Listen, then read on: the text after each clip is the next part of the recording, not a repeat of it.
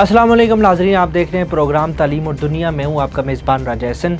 नाजरीन, उम्मीद करता हूं तमाम देखने वाले ठीक ठाक होंगे, खुश होंगे और रस्ते मुस्कुराते होंगे। आज हम अपने शो में जिस मौजू पे डिस्कस करेंगे वो बहुत ही आम मौजू है और बहुत ही कम सोसाइटी के अंदर डिस्कस किया जाता है। जैसा कि आप जानते हैं कि जो ख़वातीन हैं हमारे माशरे के अंदर बहुत अहम किरदार अदा कर रही हैं। आज के शो में हम ख़वातीन को अवेयरनेस देना चाहेंगे या अवेयर करना चाहेंगे कि ख़वातीन को हमारे माशरे के अंदर बहुत ही अहम मसाइल का सामना करना पड़ता है। आज हम अपने शो में एक ऐसी कहानी लेके आए हैं जो उनकी ज़िंदगी में एक हकीकत बन चुकी है। पाकिस्तान के अंदर, हमारे माशरे के अंदर ऐसी कई ख़वातीन हैं जिनके साथ ऐसे वाक़यात हुए हैं। नाम ना लेने की शर्त पर आज हम आपको कहानी सुनाएंगे और इन खातून की ही ज़बानी सुनाएंगे। जब इन्होंने मुझसे कांटेक्ट किया और जब मैंने इनकी सारी दास्तान सुनी तो मैं थोड़ी देर के लिए खामोश रह गया और बड़ा हैरान हुआ कि हम पाकिस्तान के अंदर मौजूद है और हमारी रियासत जो कि इस्लामी नज़रिए के तहत वजूद में आई और उसके अंदर ऐसे ऐसे केसेस सामने आ रहे हैं कि हम खुद कुछ पल के लिए हैरान रह जाते हैं। तो हम आज आपको इनकी कहानी सुनाएंगे और सबसे पहले हम इनसे सवाल पूछते हैं कि बेसिकली उनके साथ हुआ क्या है। अच्छा, मेरे साथ जुल्म हुआ, धोखा हुआ, ज्यादती और तशद्दुद का निशाना बनती रही, ज़हनी दबाव का शिकार हुई। जुल्म ये हुआ कि मुझे भी ट्रैप किया गया। वजह मैं बेवा थी और मेरे साथ बच्चों का साथ था और मुझे हमदर्दी का झांसा दिया गया कि मैं बच्चों को और आपको सहारा देना चाहता हूँ, जबकि सब झूठ था। धोखा ये हुआ कि वो पहले से शादीशुदा था और अपनी ज़िंदगी का दारोमदार वो औरतों की कमाई पे चलाता था। मुझे इस सब हकीकत के बारे में नहीं पता था, क्योंकि मुझे तो ये बताया गया था कि मैं बेसहारा हूँ, मेरा भी यहाँ पे कोई नहीं है, आप भी बेसहारा हैं तो आपके बच्चों को भी सहारा चाहिए। तो मैं इस तरह उसके हाथों ट्रैप हो गई और बाद में जब जैसे उसने निकाह किया, वो निकाह भी एक जाली उसने दिखाने के लिए किया सारों को कि मेरी बीवी है, जबकि मेरे पूरे फैमिली में, पूरे ख़ानदान को पता था कि मैंने शादी की, लेकिन उसकी फैमिली में, मेरी फील्ड में किसी को भी पता नहीं था।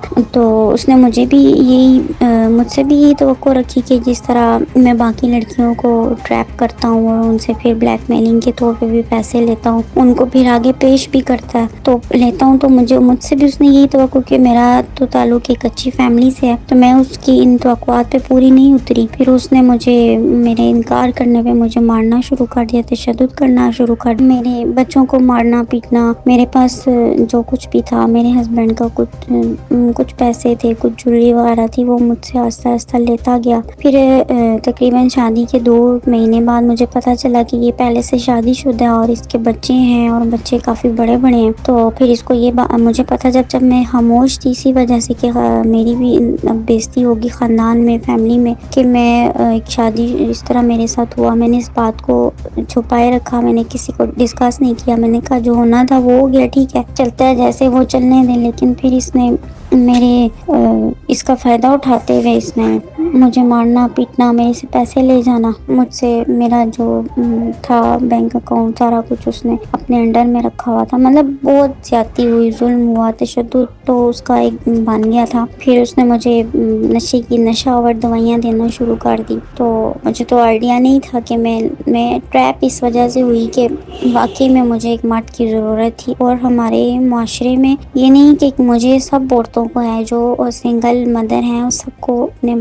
फिर इसके बाद हमने इनसे पूछा कि उन्होंने इस सारी चीज़ को किस तरह हैंडल किया।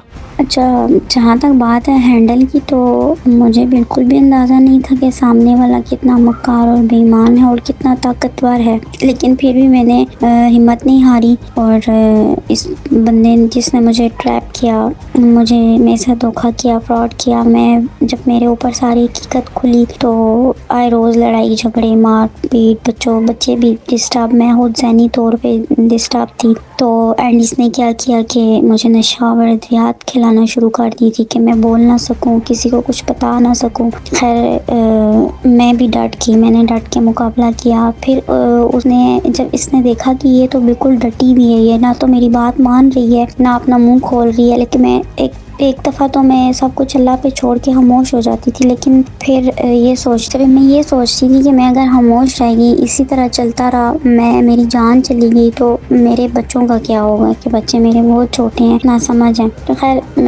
معاملات بڑھتے بڑھتے اس نے مجھے ڈائیورس دے دی۔ ڈائیورس دینے کے بعد بھی اس نے مجھے یہ کہا کہ میں نے نہیں دی، مکر جانا اور بات گھمانا پھرانا، پھر میرے اوپر گندے گندے الزامات لگانا، اور ساری چیزوں کا میں نے ڈٹ کے مقابلہ کیا۔ میں سنتی کی سہتی کہ میں اس یقین کے ساتھ، ایمان کے ساتھ کہ میں ایسی نہیں ہوں، وہ جیسا بولتا ہے وہ بولتا رہے، مجھے اس سے فرق نہیں پڑتا۔ خیر ہمارے گھر کے باہر آنا، بندے لے کر آنا، ہمیں تھریٹس دینا، ہمیں ڈرانا دھمکانا، بہت کچھ ہوا۔ اس کے بعد پھر میں نے جب میں بہت زیادہ مجبور ہوئی تو میں نے پولیس کا سہارا لیا، اور پولیس کو میں نے اپلیکیشنز دی، میں نے بتایا میرا کیس چلا، ابھی تک کیس میرا چل رہا ہے، انشاءاللہ میں اس کو انجام تک پہنچاؤں گی، میں اس کو چھوڑوں گی نہیں، کہ آئندہ کے لیے یہ کسی کی بہن بیٹی کی عزت کے ساتھ نہ کھیلے۔ اور میرا یہی میسیج ہے سب بہن بیٹیوں سے، ٹھیک ہے آپ سہارا ڈھونڈیں اپنا، لیکن دیکھیں کہ اگلا بھی جو ہے وہ انسان ہو، پہلے اس کے بارے میں تحقیق کریں، اور میرے والا جو میرے ساتھ ہوا، اللہ کسی کی بھی بہن بیٹی کے ساتھ ایسا نہ کرے۔ پھر ان سے ہم نے یہ بھی پوچھا کہ حکومت اور دیگر جو پلیٹ فارمز ہیں ان کو کیا کیا اقدامات کرنے کی اور قانون بنانے کی اشدت ضرورت ہے اور اس پر عمل درآمد کروانا چاہیے۔ حکومت وقت سے گزارش ہے کہ خواتین کے لیے خصوصی کوئی ایسا ادارہ بنا جائے جہاں لڑکیاں بغیر کسی ڈر خوف کے ساتھ اپنا مسئلہ بیان کر سکیں، اور انہیں یقین دہانی ہو کہ انہیں انصاف ملے گا۔ آپ نے ان خاتون کی گفتگو سنی، اور ہمارے معاشرے کے اندر، ہماری سوسائٹی کے اندر ایسے کیسز بے شمار ہوتے ہیں دن بدن، اور ان کو رپورٹ نہیں کیا جاتا، کچھ کو چھپا دیا جاتا ہے اور کچھ کو رپورٹ کر دیا جاتا ہے۔